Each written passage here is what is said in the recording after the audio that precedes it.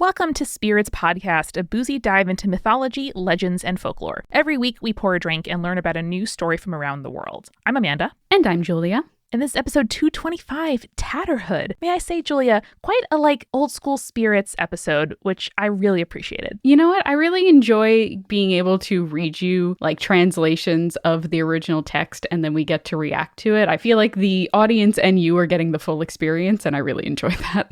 Yeah, it was extremely calming. There were twists. Fewer people died than I expected. And overall, that's a pretty good episode, you know? I do my best for you. Julia, we first want to welcome to the show the patrons who joined us over this last week. Peter, Elizabeth, Trisha, Zebra Cakes, Hoover, Trey, and Jasmine. Welcome. Thank you for giving us your hard-earned human dollars. And thank you to our supporting producer-level patrons. Alicia, Allison, Deborah, Hannah, Jane, Jessica K, Jessica S, Justin, Keegan, Niesel Kids, Liz, Megan L, and Megan M, Phil Fresh, Polly, Sammy Todd, Sarah, Skyla, and Zazie. Yeah, they pay us with the human dollars, and then our legend level patrons, they pay us with that Fey Gold, which is, I'm not sure what's going on with that, to be quite honest. So thank you for your Fey Gold, Audra, Drew, Jack Marie, Key, Mark, Morgan, Necro Royalty, Renegade, Sana, and BME Up Scotty, and double thanks to Lada. So we sent our legend level patrons some wonderful mixology tools and syrups and all kinds of fun stuff with shaker and spoon. Lada's got stuck in Irish customs for about a month. Oh no. But we got through it. It is on their way. Lada's been a champ. Shout out to Lada. Thank you, Lada. And Julia, what have you been reading, watching, listening to, enjoying that hasn't been stuck in customs? So I recommended, I feel like a few episodes back, a book called A Memory Called Empire. I just finished reading last night the sequel, which is A Desolation Called Memory. And oh my God, Amanda, the book's almost 500 pages. I wanted it to be 500 more. Ooh, what a compliment. It is very, very good. It deals with memory and human existence and what defines humanity. It was wonderful. Delightful. That's amazing. Mm-hmm. And we also wanted to mention something exciting that happened here at Multitude last week, which is we have been offering pro bono free consulting to folks from underrepresented groups in audio for a little over a year now, but it wasn't particularly easy to apply for that or to know that we did it. So with the help of Eric Silver, we made a new webpage where you can go there, you can request a meeting for free consulting, whether that's on making a podcast, having a career in audio or digital media, just hanging out with somebody else who's doing the podcasting thing. And you can find that link at multitude.productions. It's under the resources tab. So if that applies to you and you'd find that helpful, it's there for you. And we dedicate 10 hours of staff time every month to doing it, which is 20 appointments. Get in touch. And if we can't accommodate you this month, we will let you know about our ability for next month. Also, not to put two call to actions in this, but we, as of this recording, are 9 patrons away from hitting our next Patreon goal. Is that the tarot cards? That is the tarot cards. Whoa. I'm very excited. That's so cool. When we said it, it was a number that I wasn't sure we could actually achieve, but that's amazing. Yeah, I'm very, very excited. Hopefully we'll be able to reach that goal soon and we can start drafting out what those tarot cards are going to look like. Oh, fantastic. Well, the link to that is patreon.com/spiritspodcast. All right. Well, I really enjoyed this episode. I hope you do too. I hope your goats do. I hope your kids do. I hope your sisters do. You'll see what we mean. But in the meantime, enjoy Spirits Podcast, episode 225, Tatterhood.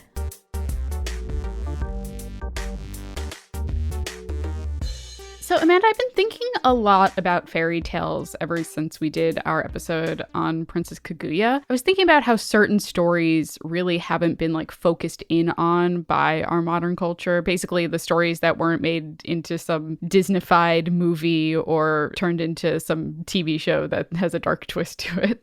Totally. And there's a lot of great fairy tales out there that I feel have kind of fallen on the wayside or have been forgotten, and I feel they're really good stories, right? So I was also remembering how I used to read my mom's old fairy tale books when I was a kid and just reading these great and buck wild stories and kind of asking myself, why haven't I ever heard of these before? I wanted to dig deep into one of those stories that I remembered reading as a kid because it wasn't a Grimm fairy tale, it wasn't a Hans Christian Andersen fairy tale, and I think you'll enjoy it. Good. I had not even heard of it when you shared the episode title with me, so I'm going in completely fresh, as is my wont, and I can't wait. Yeah, so this is the story of Tatterhood. And again, when you think fairy tales, you think the Brothers Grimm, you think Hans Christian Andersen, because those are the stories that really get retold a lot. They're the ones that usually get translated from their original language into English. I really, really love this one. So this is a story that comes from Norway. It was collected by Peter Christian Aberson and Jorgen Moe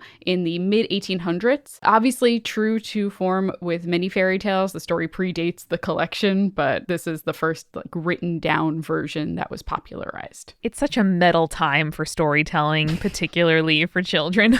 Super is. The idea of childhood is being invented, and everyone thought that it was a great idea to scare children into obedience. So I'm feeling very promising here.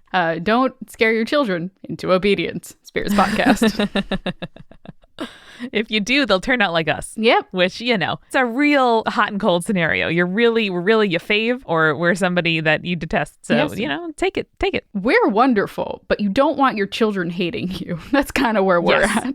Yeah. No, very fair. So I think we'll start with retelling the story of Tatterhood because it is buck wild and I want you to experience the whole version of it. And then we can do a little bit of a deep dive into this fairy tale and then the different varieties of this fairy tale because there are some. This version of the story is from Orbison and Moe. Like I said, it was originally translated into English by George Webb Dasant in 1859. And then this translation was updated by D.L. Ashleman in 2001.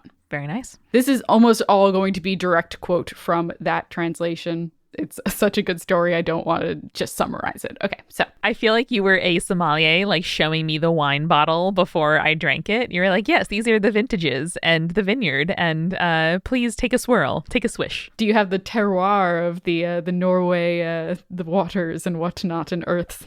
I'm going to bury my nose deep in this wine glass and get a whiff of roe. Wonderful. Okay. Once upon a time, there was a king and a queen who had no children, and that made the queen very sad. She seldom had a happy hour. She was always crying and complaining and saying how dull and lonesome it was in the palace. If we had children, there would be life enough, she said. At last, the king and queen took into their palace an adopted girl to raise, that they might always have her with them to love as she did well and to scold if she did wrong, like their own child. Already we are just whew, questionable parenting stuff is happening here. A lot to unpack, a lot of expectations in fairy tales that women are completely unfulfilled unless you have children. And if you don't have children, you're real sad about it. And certainly that exists. There's also the human experience of being sick. I don't. Everyone else enjoy. Gonna be a queen with the most resources of any woman in the entire country. Maybe learn a craft or help the poor. I don't know. One of those things would be nice, probably. One benefits more people than the other. Certainly. It really does. One day, the little girl whom they had taken in as their own ran down into the palace yard and was playing with a golden apple. Never good in a fairy tale. Golden apple's bad. Excuse me? I don't even buy golden apples in the supermarket because I know that shit is very close to a fairy bower. Mm-hmm. Just then, an old beggar woman came by who had a little girl with her, and it wasn't long before the little girl and the beggar's child were great friends and began to play together and to toss the golden apple about between them. When the queen saw this as she sat at the window in the palace, she tapped on the pane for her foster daughter to come up. She went at once, but the beggar girl went up too, and as they went into the queen's apartment, each held the other by the hand. Oh, God. Only bad things can happen from here on out because we have a cross-class friendship. Nope, unacceptable back in this day. And you'll see that with the next line. The queen began to scold the little lady and to say, "You ought to be above running about and playing with a tattered beggar's brat." Okay. I like how we also went from adopted a baby girl to foster child. There's a real kind of transience that is dependent on behavior that I'm not digging. And so the queen started to drive the girl down the stairs. "If the queen only knew my mother's power, she would not drive me out," said the little girl. Right on cue. Very good. Having a twist in the story. And when the queen asked what she meant more plainly, she told her how her mother could get her children if she chose. Okay. The queen wouldn't believe it, but the girl insisted and said that every word of it was true and asked the queen only to try and make her mother do it. So the queen sent the girl down to fetch up her mother. Fascinating. What a gambit.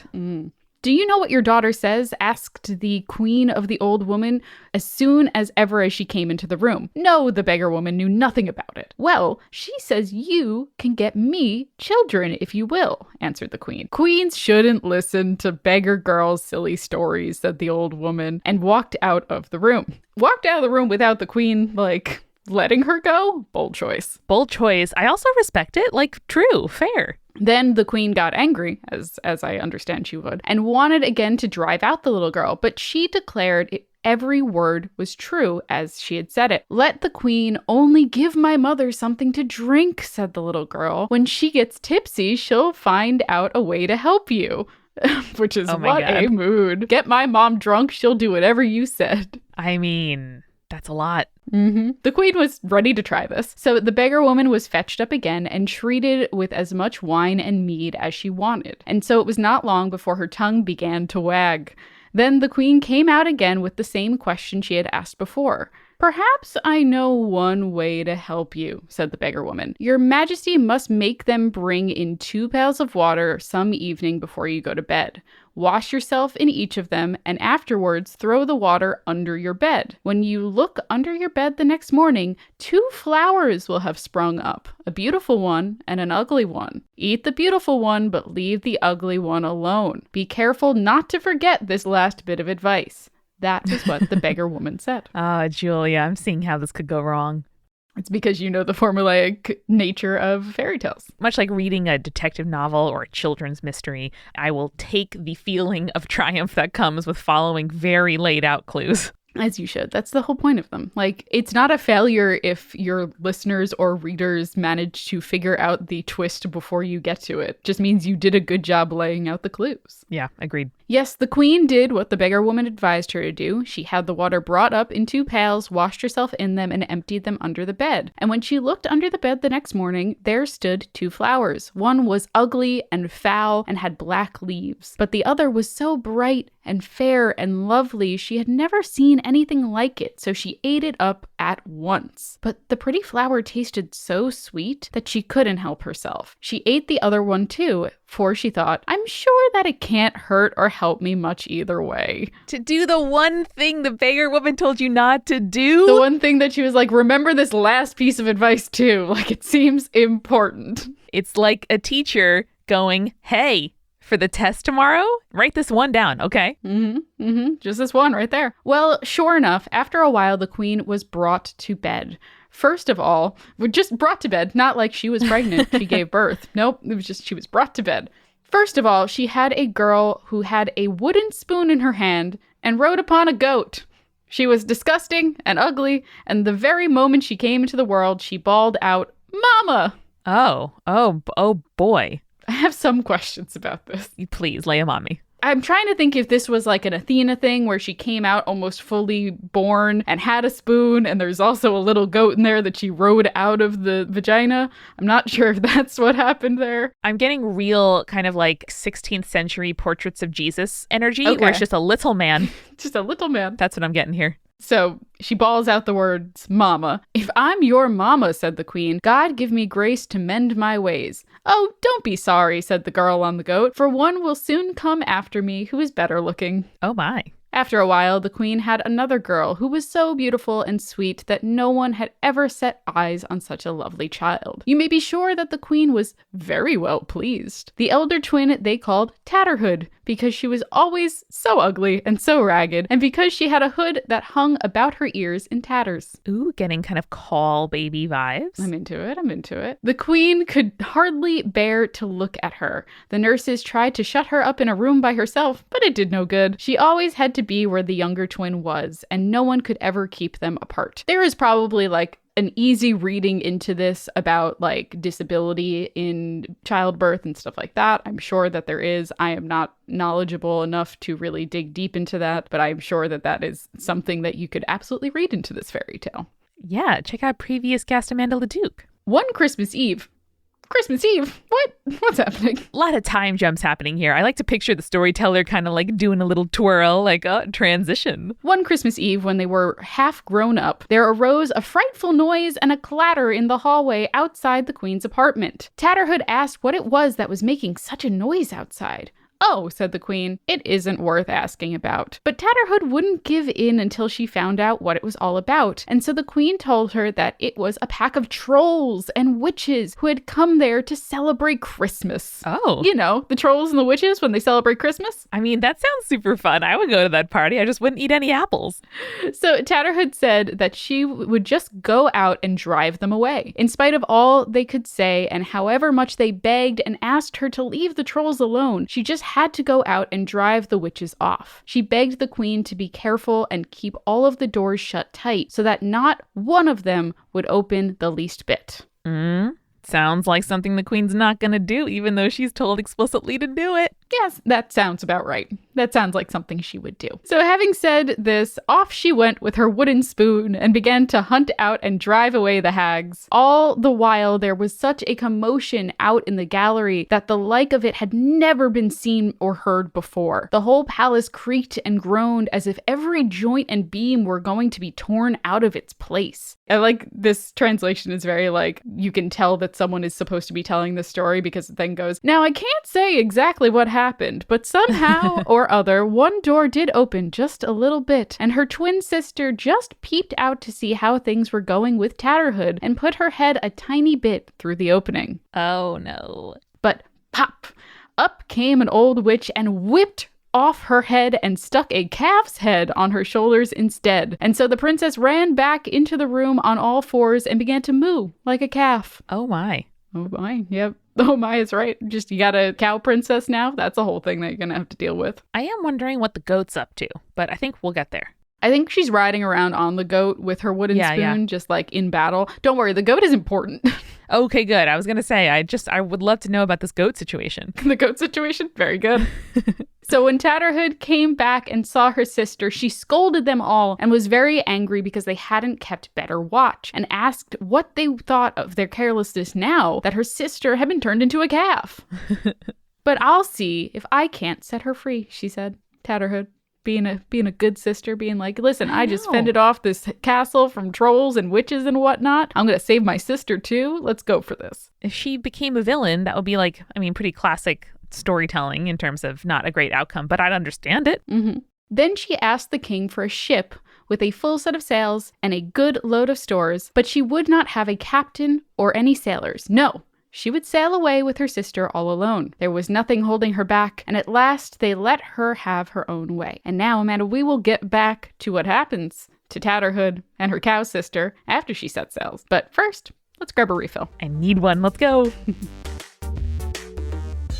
Man, it's been a long time since I've gotten a haircut because, you know, pandemic and stuff like that. But I still feel like my hair is looking really, really good. And I have to credit a lot of that to the fact that I've been using my Function of Beauty hair care products. Function of Beauty is the world leader in customizable beauty, offering precise formulas for your hair's specific needs. All you have to do is take a quick but thorough quiz that tells them a little bit about your hair type and your hair goals and whether you want to like lengthen or volumize or like control the oil in your hair. And because your hair changes from season to season, you can change your hair goals before they send you your new shipment, which is really, really cool. It's like, yeah, I am going to be more oily because we're going into summer and I'm going to sweat more. Thanks, Function of Beauty, for reminding me of that. You can then choose your color and your fragrance. I always go with the rose because I really like it. It's very heady and nice, but if you're not a big fan of a lot of fragrance, you can get it non-fragrance or less fragrant. And then Function of Beauty's team determines the perfect blend of ingredients for you. It bottles up your formula and delivers it right to you. And every ingredient Function of Beauty uses is vegan and cruelty-free, and they never use sulfates or parabens. And you can go completely silicone-free, which if that's something that's super important to you, you can do it. Thanks. So never buy off the shelf just to be disappointed ever again. Go to functionofbeauty.com/spirits to take your quiz and save 20% on your first order. That applies to their full range of customized hair, skin, and body products, by the way. Go to functionofbeauty.com/spirits to let them know that you came from our show and to get 20% off your order.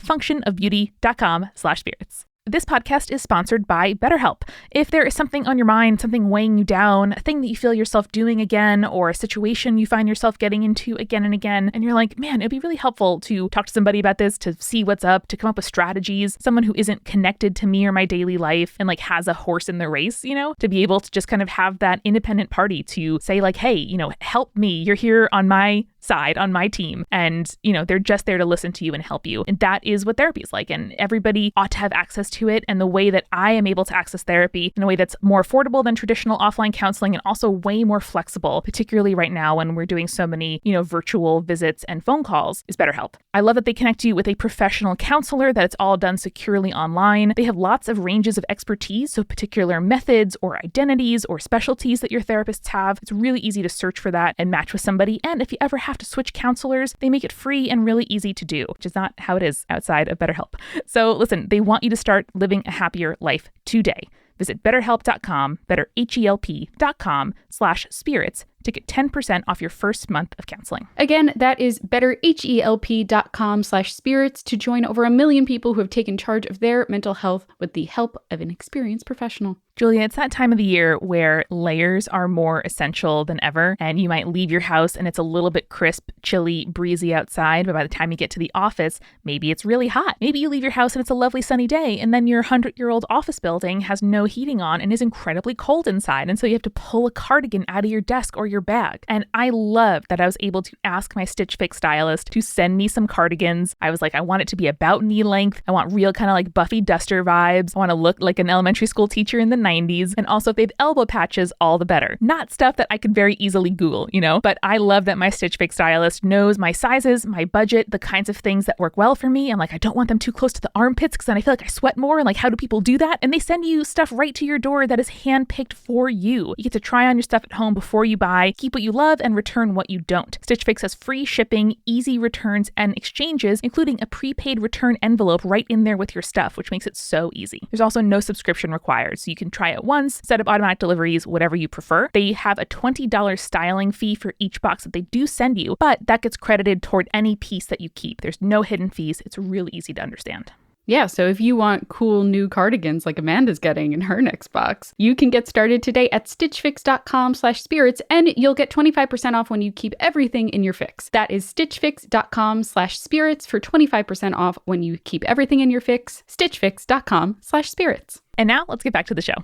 So for this story, since this golden apple kind of starts as the catalyst for the story and the arrival of the two sisters, I thought a golden apple cocktail would be just the ticket. It is apple brandy, mostly focused, which normally isn't my favorite liquor base to have a cocktail with, but it works really well with this drink because it's like very gently spiced. There's a surprising like herbal element to it. It's very good. If you are one of our patrons at our recipe card tier, you can get a copy of this. And let me tell you, one of my favorite apple-based recipes. Not gonna lie. Yeah, I fell in love with apple brandy after a shaker and spoon box. So if you also want to listen, they didn't sponsor this episode, but I do have a discount code. So shakerandspoon.com/creepycool, and you can get a nice discount off of your first shaker and spoon box. It's good shit, people. I got my parents a shaker and spoon box for Christmas this year, and my mom just texted me. She's like, "Oh, we made one of the like old fashions that they sent in the most recent rye box, and oh my god, I don't drink rye, but dang, Julia." And I was like, yeah, Mom, go. That's the best part about shaker and spoon. And they sent like dehydrated apple slices that you could use as a garnish. Oh, they're beautiful. Beautiful. They're the best. Anyway, enough about shaker and spoon. Back to Tatterhood. Tatterhood sailed off and steered her ship right up to the land where the witches lived. When she came to the landing place, she told her sister to stay quite still on board the ship, but she herself rode on her goat up to the witch's castle. When she got there, one of the windows to the gallery was open, and there she saw her sister's head hung up on the window frame. So she jumped her goat through the window into the galley, snapped up the head, and set off with it. Oh my god, goat as noble steed, like plus mobility device is incredible. It feels very inspired by Thor, because Thor used to ride into battle with his two goats, which he could then eat and then regurgitate, and they would come back to life. That was the best part. Love it. So metal. The witches came after her to try to get the head back. They flocked around her as thick as a swarm of bees or a nest of ants. The goat snorted and puffed and butted with his horns, and Tatterhood beat and banged them about with her wooden spoon. And so the pack of witches had to give up. So Tatterhood got back to her ship, took the calf's head off her sister, and put her own on again. And then she became a girl as she had been before. Very nice. Very good. After that, she sailed a long, long way to a strange king's new realm. So clearly not returning home after the terrible nature that her parents had put her upon. I mean, yeah. They're like, we're going to find our fortunes elsewhere in another strange new land, and that's what we're going to do. Now, the king of this land, the one that they had just landed on, was a widower and had only one son. When he saw the strange sail, he sent messengers down to the beach to find out where it came from and who owned it. But when the king's men came down there, the only person they saw on board was Tatterhood. And there she was, riding around and around the deck on her goat at full speed until her strands of hair streamed in the wind. Incredible. I'm seeing so many like Halloween costumes. It's very good. I'm going to dress up as Tatterhood next year for Halloween. Calling it now. I mean, incredible. Like, listen, if you had a toddler and also a goat, is there any other option for a costume? No, if you have a toddler and a goat, I need to see them in some Tatterhood costumes immediately. Please make this happen. Yes, the costume isn't even important. The baby on the goat is. So at Spirits Podcast, tag us on Insta, please. Babies and goats. We always want pictures of babies and goats. Babies, goats, and new leaves on your plants. Anytime. Hashtag LeafWatch. LeafWatch. The men from the palace were all amazed at this sight and asked if more people were not on board. Yes, there were. She had a sister with her, said Tatterhood. They wanted to see her too, but Tatterhood said, no. No one shall see her unless the king comes himself, she said. And so she began to gallop about on her goat again until the deck thundered. So good. No, you can't see my sister. Great boundaries. I understand it. Even if this is a con, I respect it.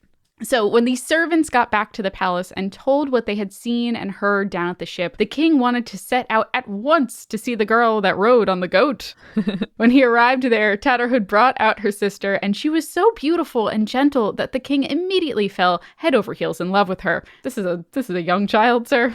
Probably not great, but we'll move on because it was a different time and things were more acceptable back then, even though they are not acceptable now. Absolutely. He brought them back with him to the palace and wanted to have the sister for his queen, but Tatterhood said no, the king couldn't have her in any way unless the king's son would take Tatterhood. Okay. Here's the con. Here's the con, Amanda. Yeah. That, as you may guess, the prince did not want at all because Tatterhood was so ugly. But she's so cool. She's got a goat and she runs around. She's got a cool spoon. Come on, man. Come on. I mean, I know that they don't want women with initiative, but, you know, of a pretty person in Tatterhood's much more interesting to date. Come on. Tatterhood, so much more interesting a person. The other girl used to be a cow, so I guess that's kind of a fun anecdote to get to know your spouse with. I'm sure she's great, but I think in a world where women's looks are kind of the only assets that society prescribes any value to, you know, you get what you need to get, how you can get it. And this seems like she's not harming anybody. It's a pretty ethical, way to secure both of their futures. Yeah, it's pretty solid. However,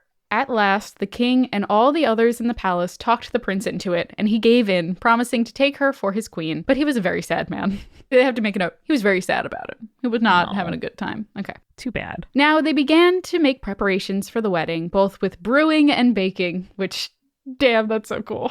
I love that. Incredible. And when all was ready, they went to church. The prince thought it was the worst church service he had ever been to in his whole life. This is a lot of editorializing happening here in this story. Wow. The king left first with his bride, and she was so lovely and so grand. All the people stopped to look at her along the road, and they stared at her until she was out of sight. After them came the prince on horseback by the side of Tatterhood, who trotted along on her goat with her wooden spoon in her fist. Not even getting on your horse, man. I got my goat, I got my spoon, I'm ready to go. I'm newly married. I love it. To look at him, he was not going to a wedding, but to a burial, and his own at that. He seemed so sad and did not speak a word. Again, classic. It's like the butterfly lovers, but bad. Why don't you talk? Asked Tatterhood when they had ridden a bit. Why? What should I talk about? Answered the prince. Ugh. Well, you might at least ask me why I ride upon this ugly goat, said Tatterhood. Why do you ride on that ugly goat? Asked the prince. Is it an ugly goat? Why, it's the most beautiful horse that a bride has ever rode, answered Tatterhood. And in an instant, the goat became a horse, the finest that the prince had ever seen. Whoa. They rode on a bit further, but the prince was just as sad as before and couldn't say a word. So Tatterhood asked him again why he didn't talk, and the prince answered he didn't know what to talk about. And she said, well, you can ask me why I ride with this ugly spoon in my fist. Why do you ride with that ugly spoon? Asked the prince. Is it an ugly spoon? Why, it's the loveliest silver fan that a bride has ever carried, said Tatterhood, and in an instant it became a silver fan, so bright that it glistened. Fucking baller. They rode a little way further, but the prince was still just as sad and did not say a word. In a little while, Tatterhood asked him again why he didn't talk, and told him to ask why she wore the ugly gray hood on her head. Why do you wear that ugly gray hood on your head? Asked the prince. Is it an ugly hood? Why, it's the brightest golden crown that a bride has ever wore, answered Tatterhood, and it became a crown at once. I really thought she was going to turn into like a big spider or something. I'm tense over here. I'm tense. I will tell you that is not the ending of the story. Now, they rode a long way further, and the prince was so sad that he sat without making a sound or uttering a word, just as before. So his bride asked him again why he didn't talk, and told him to ask why her face was so ugly and gray. Yes, asked the prince. Why is your face so ugly and gray? Am I ugly? You think my sister beautiful, but I am 10 times more beautiful, said the bride. And when the prince looked at her, she was so beautiful, he thought that she was the most beautiful woman in the world. After that, it was no wonder that the prince found his tongue and no longer rode along with his head hanging down. And so they drank the bridal cup both deep and long, which sounds very sexual when you put it that way, translation. And after that, both prince and king set out with their brides at the princess's palace. So they had another bridal feast and drank once more, both deep and long, again very sexual.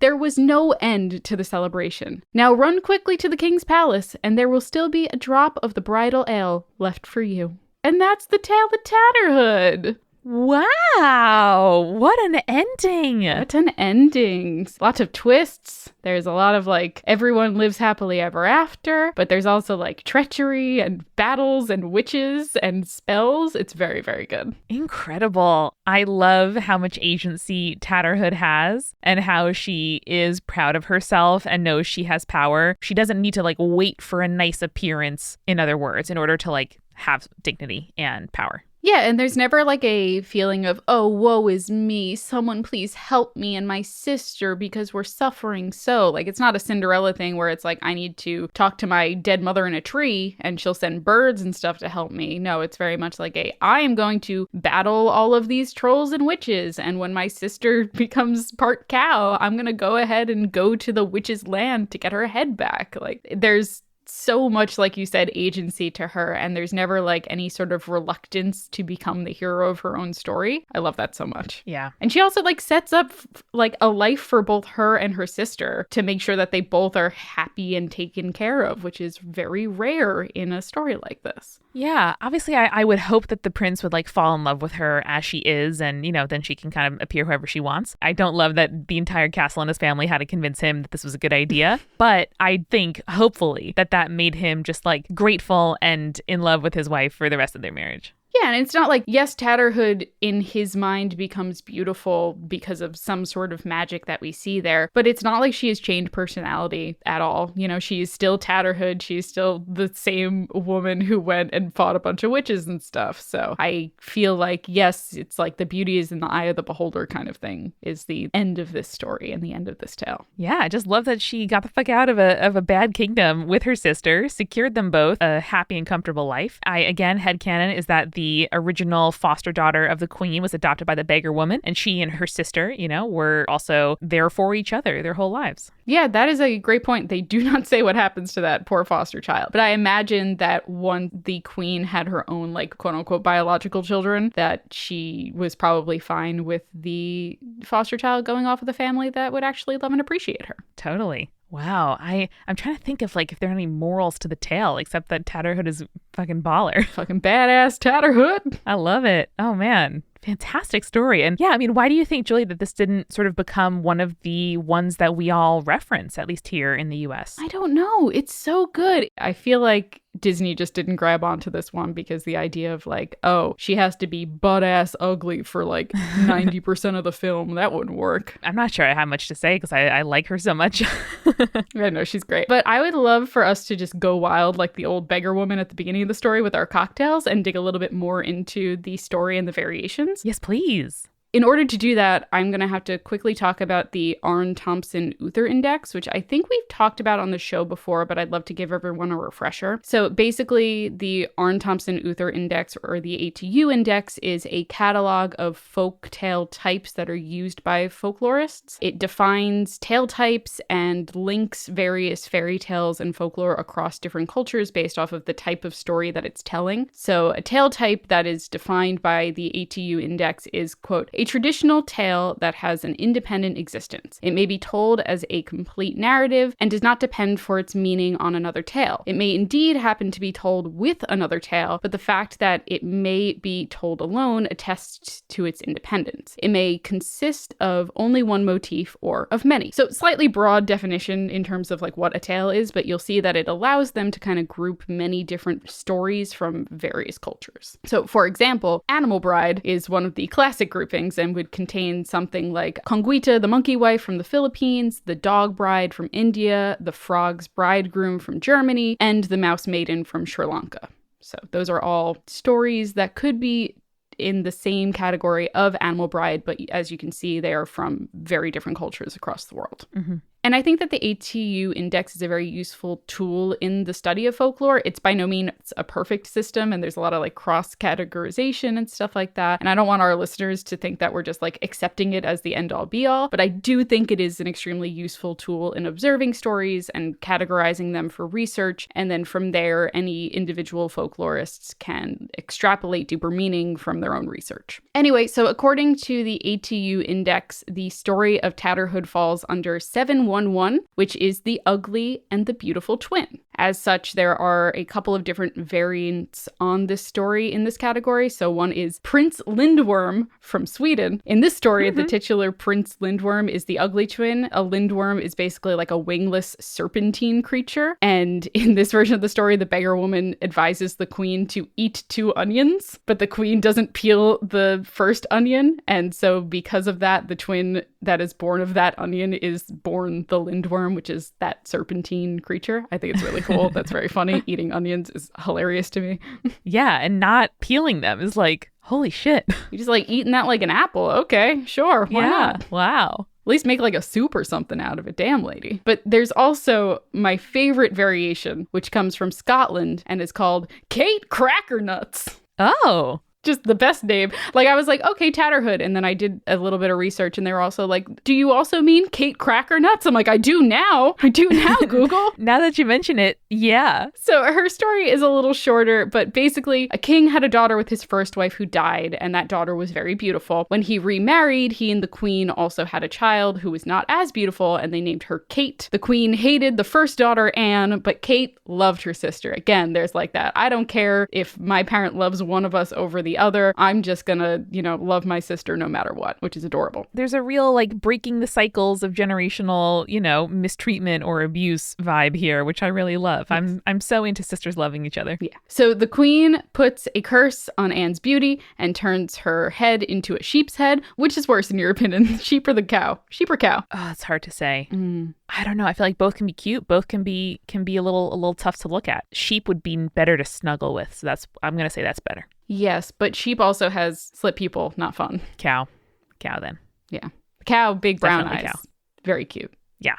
But not as fluffy. So there are pros and cons here. I'll take not snake eyes, please. You got it. So because of what her mother did, Anne and Kate go off to seek new fortune in another land, very similar to Tatterhood and her sister. Oh, nice. And they find a castle where the king has 2 sons, one of whom is sick and would vanish at night only to return in the morning. But anyone who set to watch him also vanished and just didn't return.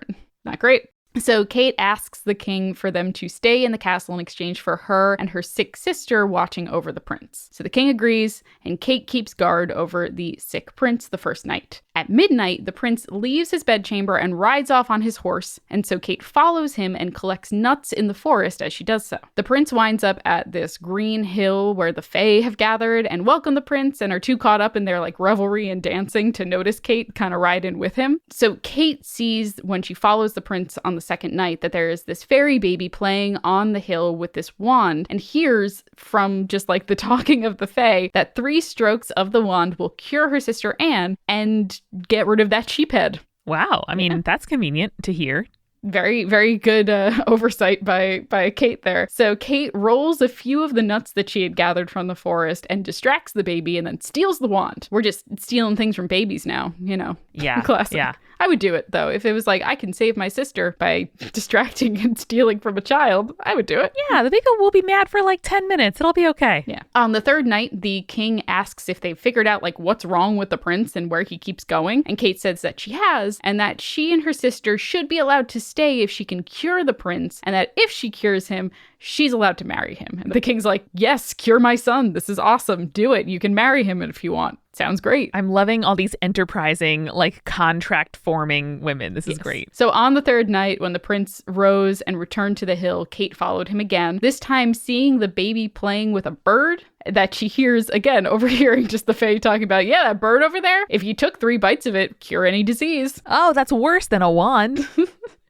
So Kate does what she did before. She rolls some nuts by the baby. Baby gets distracted. She steals the bird. She takes the bird. She returns back to the castle, cooks the bird, and then she feeds it to the prince, which cures him. Kate marries the cured prince, and the other prince, who's not sick, sees the cured Anne, who no longer has a sheep's head, and immediately falls in love with her and marries her. So they all live happily ever after, blah, blah, blah, like ruling with dual sibling prince and princess. I think it's very cute. Aw. So I really like both of these stories because, like, despite the assumption that the ugly sister would be jealous and scorn the beautiful one, that's never the case. Like, I feel like, you know, in Cinderella, the stepsisters are so mean because they can be, and also because Cinderella is more beautiful than them. And so they're like, just go shift lentils out of the ashes, Cinderella. That seems like a thing that you should do so that no one sees how goddamn gorgeous you are. No, that's never the case. These sisters just love each other. It doesn't matter what their beauty is like. And Kate, not as pretty, but still gets the prince because she's super cunning. Absolutely. And it's not like the pretty sister has to kind of justify the existence of the other one. I know it's kind of like a theme of sort of compensating for what is perceived as a deficiency, right? When like the ugly person or the not beautiful person sort of like has to, you know, make up for their looks in other ways, which is kind of bullshit in its own way. Yeah. But it is pleasant to see girls and women heisting society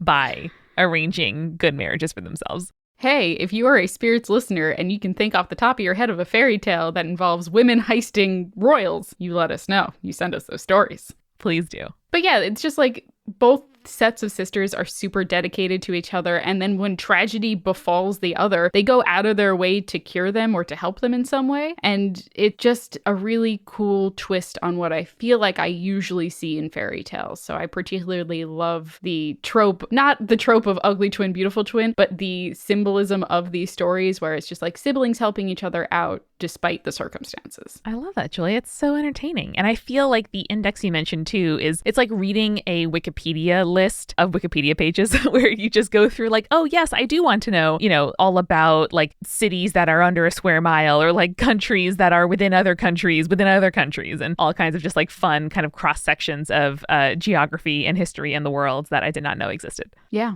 So, you know, that's a good resource if you want to find a bunch of different like tropes of folklore. That's a great research to start with and kind of see the different categories of these stories that we grew up with, but there's so much more than what we grew up with. Yeah, and then you can dive in and decide your own categorizations and fun ways that you want to, you know, bookmark your favorite fairy tales. You can charge your own path, just like Tatterhood on her beautiful, beautiful goat. Oh, cute.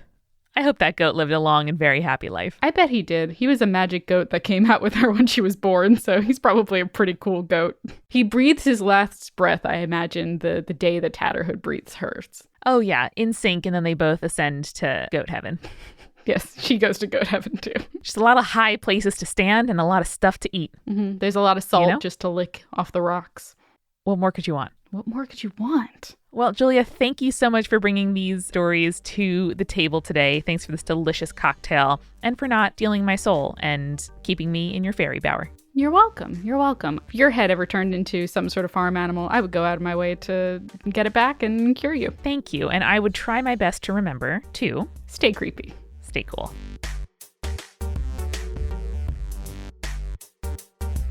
Spirits was created by Amanda McLaughlin, Julia Schaffini, and Eric Schneider, with music by Kevin MacLeod and visual design by Allison Wakeman. Keep up with all things creepy and cool by following us at Spirits Podcast on Twitter, Instagram, Facebook, and Tumblr. We also have all of our episode transcripts, guest appearances, and merch on our website, as well as a form to send us your urban legends at spiritspodcast.com. Join our member community on Patreon, patreon.com/spiritspodcast, for all kinds of behind-the-scenes stuff. Just $1 gets you access to audio extras with so much more available too. Recipe cards, director's commentaries, exclusive merch, and real physical gifts. We are a founding member of Multitude, a collective of independent audio professionals. If you like Spirits, you will love the other shows that live on our website at multitude.productions. And above all else, if you liked what you heard today, please share us with your friends. That is the very best way to help us keep on growing. Thank you so much for listening. Till next time.